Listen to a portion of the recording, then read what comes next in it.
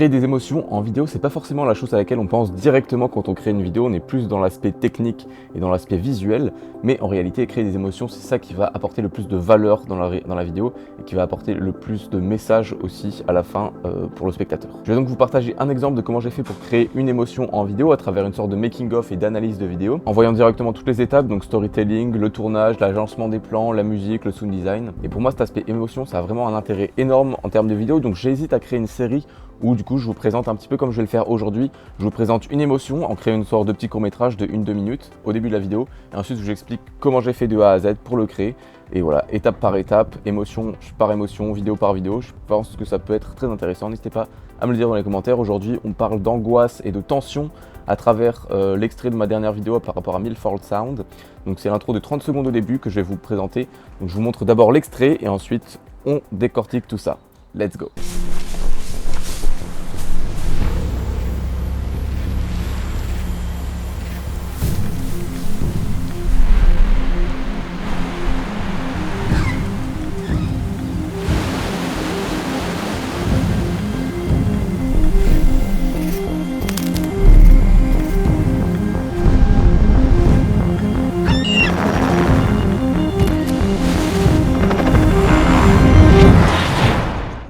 Le storytelling, donc normalement c'est super important pour créer des émotions. En l'occurrence ici c'était un petit peu improvisé, mais j'avais quand même une source d'inspiration principale qui était le film August Rush, dans laquelle il y a une scène en fait où il y a un enfant qui arrive dans une ville et qui entend plein de sons autour de lui.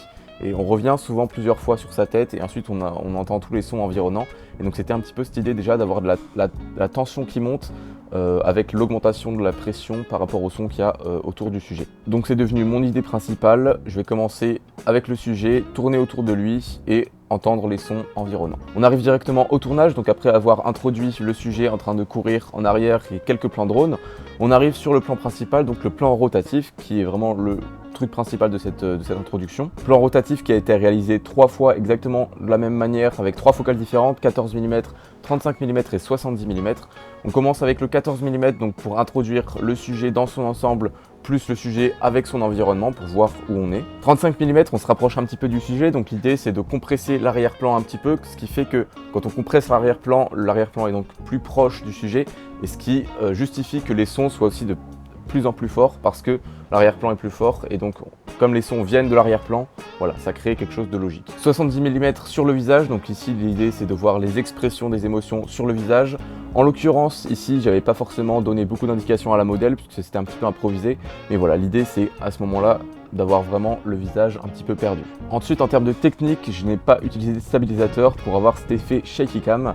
Donc j'ai tourné tout à la main, j'avais même désactivé la stabilisation complètement et on justifie cet effet qui n'est pas du coup stable dans l'idée où dans le modèle il est un petit peu perdu, du coup dans sa tête c'est pas stable, ce qui fait que le plan n'est pas stable non plus. En termes de tournage, je vous ai donc décortiqué ce qui est l'aspect du plan rotatif que j'ai fait plein de fois, mais après tous les autres plans en fait, disons que j'ai tourné pendant à peu près 2 jours et tous les autres plans c'était juste que je restais moi attentif à tous les sons environnants en fait pour essayer de capturer toutes les sources de sons qui peuvent provenir. Parce que j'avais pas du coup d'idée de quels sons pourraient matcher entre chaque plan. Toujours très attentif à ce qu'il y a dans l'environnement pour pouvoir capter tout et puis l'intégrer dans le montage. Troisième étape, on commence donc le montage de la vidéo. Forcément, on commence par trouver une musique parce que je commence jamais un montage sans avoir la musique. Ici, l'idée c'est de trouver une musique qui est donc angoissante. Musique que j'ai trouvée sur Artlist, donc je remercie Artlist qui sponsorise d'ailleurs cette vidéo aujourd'hui. Pour ceux qui ne connaissent pas, Artlist c'est une plateforme qui propose des milliers de musiques, des milliers de sound effects. Pour les musiques, vous pouvez tout simplement rechercher par mood, par thème, par genre. Donc par exemple, en l'occurrence dans cette vidéo, j'avais dû regarder tout ce qui est dramatique, tendu, effrayant, voilà, pour trouver la musique correspondante, ou alors un petit peu mystérieux également. Et puis après, quand on verra l'aspect du sound design, vous pouvez également trier avec vos filtres pour chercher exactement ce que vous voulez, ou tout simplement taper dans la barre de recherche. D'ailleurs, taper principalement en anglais, ça fonctionne mieux. Et ouais, très honnêtement, il y a très rarement un moment où je trouve pas le son dont j'ai besoin, donc c'est assez fou. C'est une plateforme que j'utilise depuis, je pense, 3 ans.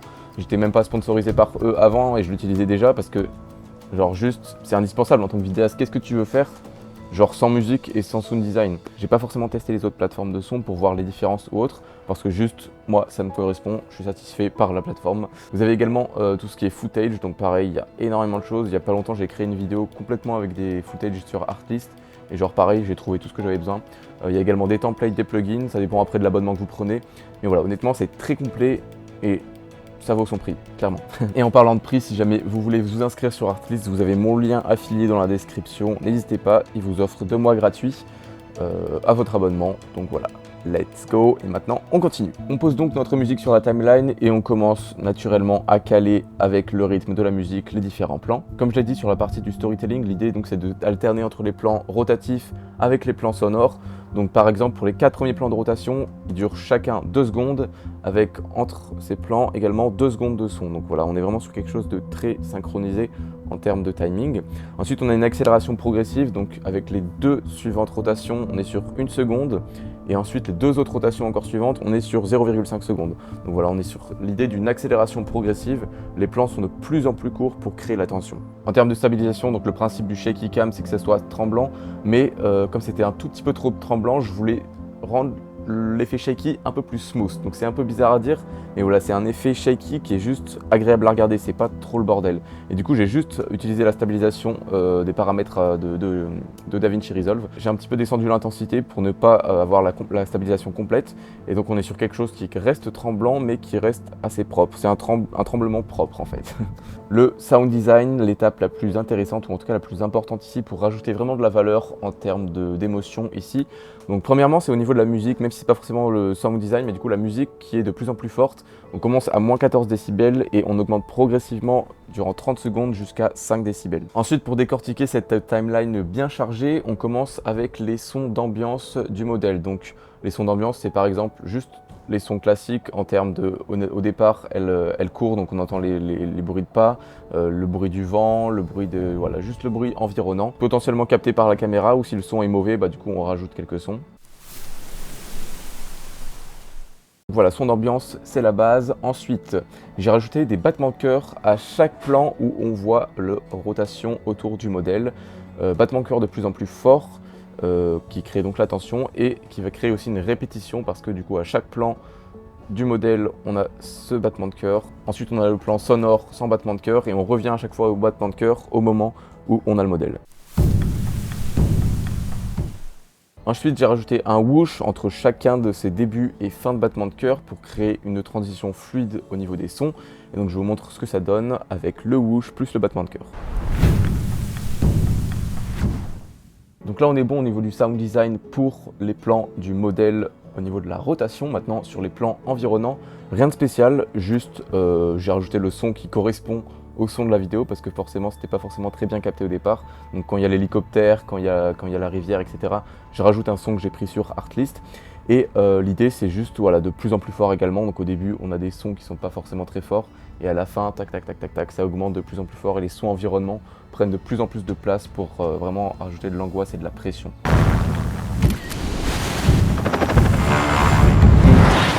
Ensuite un autre petit son qui a été rajouté, c'est juste une note poignante en fait qui est vraiment là pour créer de la peur, de la tension. Et donc j'en ai rajouté par exemple un au début et un au milieu.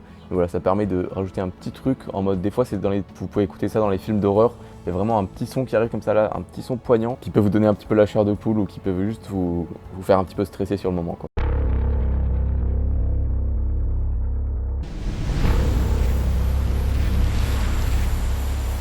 Et enfin dernier son, c'est le riser, donc pour finir les 30 secondes d'introduction, on a un petit son de suspense progressif qui augmente de plus en plus fort jusqu'à tout lâcher d'un coup, qui va nous permettre de conclure cette scène stressante pour passer à autre chose.